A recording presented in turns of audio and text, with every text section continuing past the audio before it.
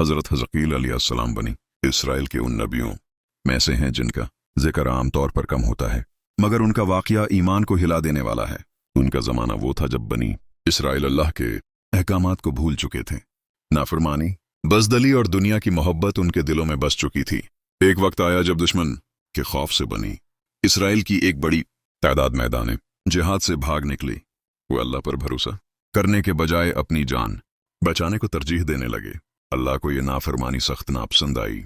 अल्लाह के हुक्म से एक होलनाक वबा फैली और वो पूरी जमात जो अल्लाह के रास्ते से भागी थी एक ही मैदान में मर गई।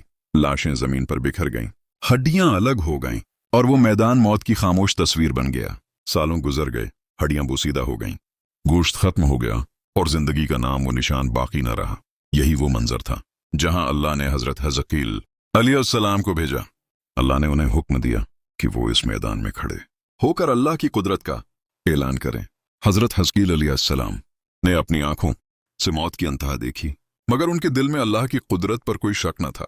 अल्लाह ने हजरत हज़कील अलैहिस्सलाम से फरमाया, ऐ हज़कील, क्या तुम समझते हो कि ये मर्दे दोबारा जिंदा हो सकते हैं?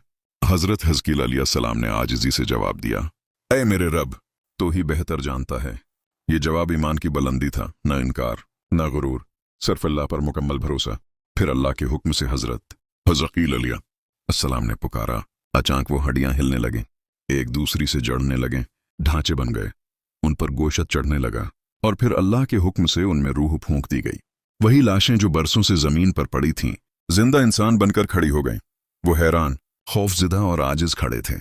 ये सिर्फ जिस्मानी जिंदगी नहीं थी बल्कि ईमान की नई जिंदगी थी।